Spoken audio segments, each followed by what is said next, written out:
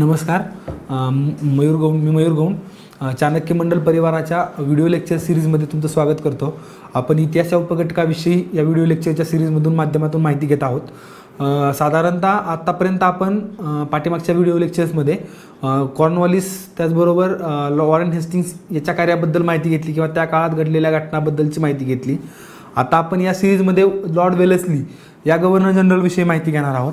साधारणतः भारतीय साम्राज्याची सुरुवात आपण जे म्हणतो इंग्रजांच्या भारतीय साम्राज्याची सुरुवात या गव्हर्नर जनरलनं केली असं आपण म्हणू शकतो किंवा एक पाया रचला. कारण आत्तापर्यंत जे झालं तोपर्यंत भारतात फक्त थोड्या भागात सत्ता अस्तित्वात होती, पण या गव्हर्नरच्या काळात साधारणतः पूर्ण किंवा निम्म्या भारतावरती एक इंग्रजांचं प्रभुत्व या कोणत्या ना कोणत्या मार्गानं या गव्हर्नर जनरलनं अवलंबलं. तर त्यासाठी त्यानं वापरलेली पद्धत म्हणजे होती तैनाती फौज पद्धत. तर ती पद्धती आपण पाहणार आहोत या काळात. आणि त्याचबरोबर जे दुसरं इंग्रज मराठा युद्ध आहे तर ते पाहणार आहोत आपण. साधारणतः 1798 ते 1705 हा या गव्हर्नर जनरलचा कालावधी आहे. या काळात त्यानं तैनाती फौज पद्धत राबवली. साधारणतः ही तैनाती फौज पद्धतचा प्रणेता लॉर्ड वेलेस्लीला म्हटला जातो, पण तो नाही आहे असं भरपूर जणांचा दावा आहे. कारण इंग्रजांनी याच्या अगोदरसुद्धा ही पद्धत अवलंबलेली होती की साधारणतः की तुमचं संरक्षण आम्ही करू, फक्त आम्हाला पैसा द्या अशा पद्धतीनं. पण या पद्धतीला पुढं रेटण्याचं किंवा एक कोडबद्ध करण्याचं संहिता करून मोठ्यात मोठ्या प्रमाणावरती राज्यांवरती लादण्याचं काम ह्या लॉर्ड वेलेस्लीनं केलं. तर ते कशा पद्धतीनं केलं ते आपण पाहूया. ह्या लॉर्ड वेलेस्लीनं तैनाती फौज पद्धतीमध्ये एक पहिली म्हणजे ज्या अटी होत्या तैनाती फौज पद्धतीच्या त्या अटी आपण पाहूया काय होत्या.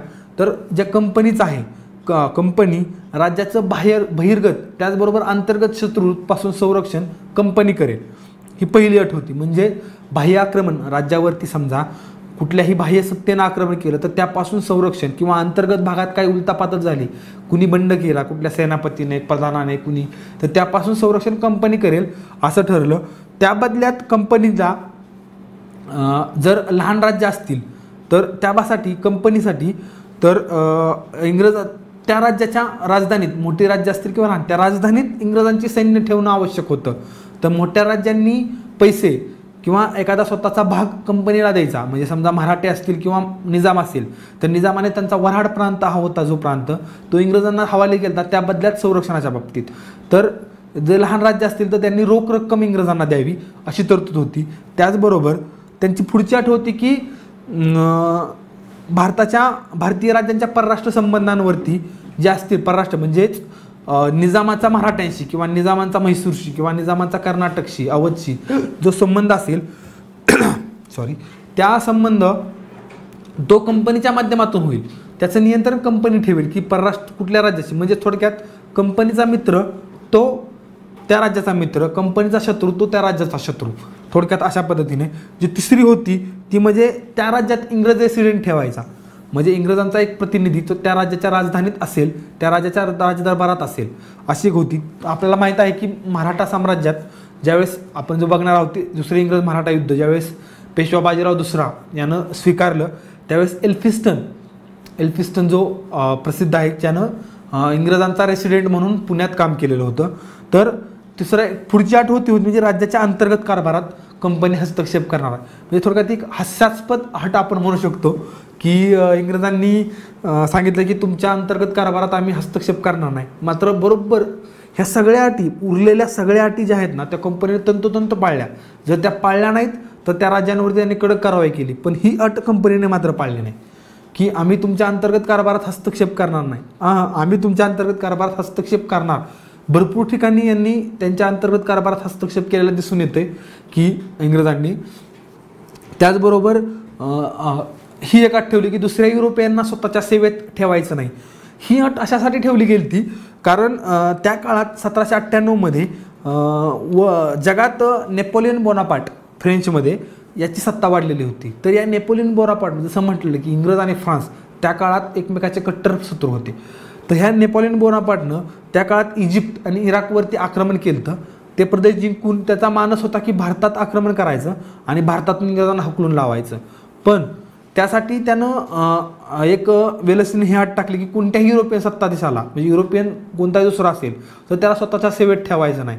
कारण जर तसं झालं तर त्या काळात टिपू सुलतान असेल किंवा महाजनी शिंदे जे शिंदे ग्वाल्हेरचे शिंदे होते, त्यांच्या काळात फ्रेंच तुकड्या त्यांच्या दरबारात होत्या, फ्रेंच अधिकाऱ्यांच्या तुकड्या होत्या. तर त्या फ्रेंचांची संसाधन मानून नेपोलियन बोनापार्ट इंग्रजांविरुद्ध तो उद्रेक करेल आणि इंग्रजी सत्तेला हादरा मोठा बसू शकतो, ही वेलेस्लीचा कायास होता. त्यामुळे त्याने ही एक अट मांडली की अशा 5 अटी होत्या. तर ह्यांनी ही तैनाती फौज वेगवेगळ्या राज्यांना स्वीकारायला लावली किंवा स्वीकारली. त्यासाठी त्याने वेगवेगळ्या राज्यांशी युक्ती किंवा तह केले, कोणत्या राज्यांवरती जबरदस्ती केली, कोणत्या राज्यांवरती आक्रमण केले किंवा काही राज्यांनी स्वतःहून स्वीकारली स्वतःची स्वातंत्र्य. तर या तैनाती फौजेचे परिणाम काय झाले ते पाहूया. या तैनाती फौजांचे 2 भागात परिणाम आपण पाहू शकतो. पहिले परिणाम म्हणजे इंग्रजी राज्याला काय परिणाम झाला, म्हणजे ईस्ट इंडिया कंपनीला. दुसरं म्हणजे भारतीय संस्थानिकांवरती काय परिणाम झाला. तर पहिल्यांदा आपण भारतीय संस्थानिकांवरती काय परिणाम झाला, तर साहजिकच आहे काय परिणाम झाला हे वेगळं सांगायची गरज नाही. संस्थानिकांनी स्वतःचं म्हणजे आगीतून फुफाट्यात पडले असं आपण म्हणू शकतो. या संस्थानिकांनी स्वतःचं स्वातंत्र्य घाण ठेवल्यासारखं झालं की म्हणजे एक थोडक्यात इंग्रजांची सत्ता भारतावर रूढ झाली हे इथूनच. त्यामुळे त्याला इंग्रजांच्या भारतातले साम्राज्याचा प्रणेता असं आपण लॉर्ड वेलेस्लीला म्हणतात काही जण. कारण एक पहिली गोष्ट म्हणजे परराष्ट्राचे संबंध नाही कंपनीशिवाय, त्यामुळे हे राज्य युती करू शकत नव्हते इंग्रजांविरुद्ध. एक लक्षात आलं का की एक संघ म्हणून इंग्रजांविरुद्ध उभा राहू शकत नव्हते. म्हणजे मराठा पेशवा असतील, भोसले असतील, होळकर असतील, जे मराठा साम्राज्याच्या अंतर्गत सरदार होते ते सुद्धा आता स्वतःची एकी साधू शकणार नव्हते. त्याचबरोबर निजाम हे सगळे एकत्र येऊन इंग्रजांविरुद्ध लढू शकणार नव्हते. त्याचबरोबर स्वतःचं सैन्य नव्हतं, कारण जे रक्षण करणार होते ना तर हे कंपनी रक्षण करणार होते. त्यामुळे हे राजे एक ऐत खाऊ झाले, म्हणजे आळशी झाले आपण म्हणू शकतो, जे स्वतःचं नियंत्रण स्वतः करतील, निवांत राहतील अशा पद्धतीचं झालं. तिसरी गोष्ट म्हणजे जे स्वतः उठाव करू शकणार नव्हते. तिसरी गोष्ट हे राजे आळशी झाल्यामुळे प्रजेकडे दुर्लक्ष करू लागले, जे कल्याणाची कामं आहेत त्याकडे दुर्लक्ष करू लागले. त्यामुळं या अशा प्रकारे भारतीयांवरती परिणाम झाले. दुसरी गोष्ट कंपनीला फायदा काय झाला, एक कंपनीला फुकटचं सैन्य मिळालं. फुकटचं म्हणजे आता कसं तुम्ही विचाराल फुकटचं सैन्य कसं, तर पहिली गोष्ट म्हणजे हे सैन्य होतं ना, हे सैन्य कंपनी ह्या राजांच्या जीवनावर पोसत होती. म्हणजे हे जे राजे आहेत भोसले, शिंदे, होळकर, म्हैसूर, निजाम ह्यांच्या राज्यांच्या पैशावरती, म्हणजे अट काय होती की आम्ही तुमचं संरक्षण करू, त्या बदल्यात तुम्हाला त्या सैन्याचा खर्च द्यावा लागेल. झाला खर्च भागला. दुसरी गोष्ट, जे काही युद्ध होईल ते सैन्य स्वतःच्या प्रदेशात ठेवत नव्हते. कंपनीचा जो बंगालचा प्रांत असेल, मद्रास असेल, मुंबई असेल, त्या प्रांतात सैन्य नव्हते. ते सैन्य होतं त्या राज्याच्या राजधानीत होतं. त्या राज्याच्या राजधानीत असल्यामुळे स्वतःचा प्रदेश शांत राहिला, त्यामुळे दुसऱ्या प्रदेशात त्यांना लक्ष घालण्याला वेळ मिळाला. तिसरी गोष्ट अशी घडली की त्यांचा रेसिडेंट दुसऱ्या राज्याच्या राजधानीत असल्यामुळे त्या राज्याच्या राजधानीत काय घडतंय किंवा तो राजा आपल्या विरुद्ध दुसऱ्या परकीयाशी गुप्तपणे संधान बांधून एक युती तर तयार करत नाही ना ही एक लक्ष ठेवायला इंग्रजांना मिळालं. त्यामुळे त्यांची एक सत्ता सुरक्षित बनली इंग्रजांची. तर अशा प्रकारे इंग्रजांना ह्या तैनाती फौजेच्या पद्धतीचा फायदा झाला. तर ह्यातल्या अटी खूप महत्त्वाच्या आहेत. त्याचबरोबर ह्यात दुसरी गोष्ट महत्त्वाची आहे म्हणजे कोणत्या क्रमानं एमपीएससीचा मगाशी सांगितलं मी क्रम आणि जोड्या लावा, ही एमपीएससीचा एक आवडता एरिया सेक्टर आहे आपण असं म्हणू शकतो. तर कोणत्या पद्धतीनं तैनाती फौज स्वीकारली गेली त्याचा एक साधारणतः फ्लो चार्ट दिला. एक महत्त्वाचे राजे, यात अजून देखील मोठमोठे राज्य आहेत पण हे साधारणतः खूप महत्त्वाचे होते. त्यामध्ये निजाम होता, ज्याने सगळ्यात पहिल्यांदा स्वीकारणारा राजा, ज्याने 1798 मध्ये तैनाती फौज स्वीकारली. म्हणजे आल्या ज्याने ज्या क्षाली लावली त्या क्षाली निजामानं स्वीकारली. दुसरं होतं म्हैसूर. तर या म्हैसूरच्या बाबतीत असं झालं जे आपण पाहणार आहोत की चौथे इंग्रज म्हैसूर युद्ध. या इंग्रज म्हैसूर युद्धात साधारणतः टिपू मारला गेला, टिपू सुलतान. त्यामुळं म्हैसूरचं राज्य पडलं गेलं. साधारणतः हा टिपू एक सेनापती होता, तो नवाब होता तिथला, पण राजा मूळचा दुसराच होता, जो वाडियार घराणं म्हटलं जातं.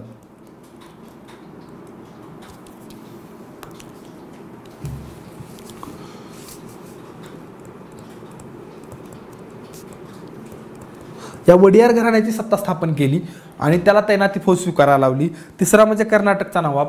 कर्नाटकच्या नवाबाला देखील त्यानं बळजबरीनं स्वीकारायला लावली. अवधच्या नवाबाला देखील बळजबरी केली की नाहीतर आम्ही तुमच्यावर आक्रमण करू आणि तुमचं राज्य सरळ ब्रिटिशात विलीन करू.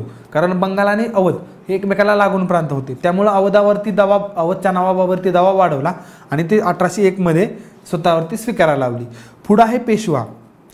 तर पेशव्यानं स्वतःहून म्हणजे स्वतःच्या पायावर स्वतःहून कुऱ्हाड मारणारा हा पेशवा होता, जो दुसरा इंग्रज मराठा युद्ध त्याची परिणिती म्हणून तैनाती फौज स्वीकारली. त्याची पार्श्वभूमी अशी की हा दुसरा बाजीराव पेशवा आणि ह्या सरदार म्हणजेच शिंदेचं जुळत होतं. पण शिंदे आणि होळकर, अहिल्याबाईंचा मृत्यू झालेला होता, त्यामुळे होळकरांच्या गादीवर कोण असावा हे पेशव्यांनी हस्तक्षेप करायला सुरुवात केली. जर की तुकोजी होळकर नावाच्या सरदाराला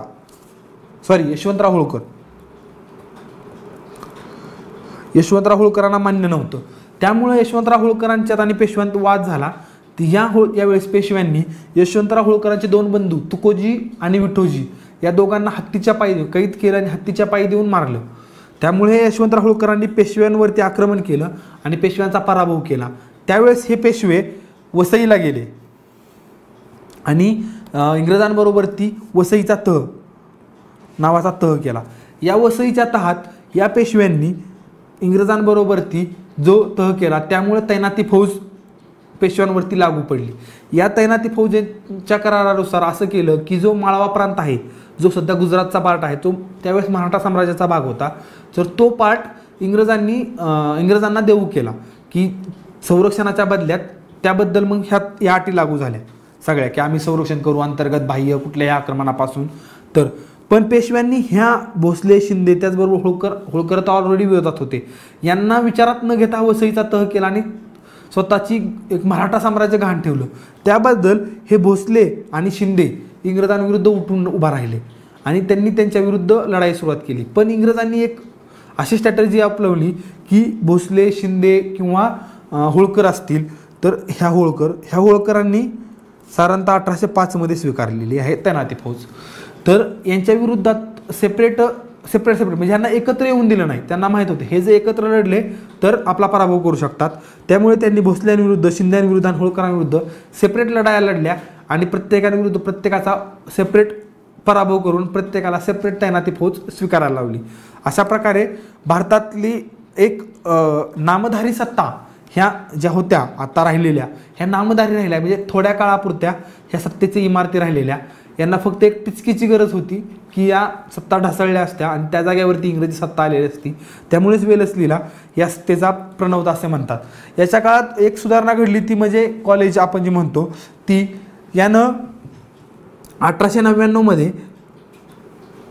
विल्यम फोर्ट नावाचं कोलकात्याला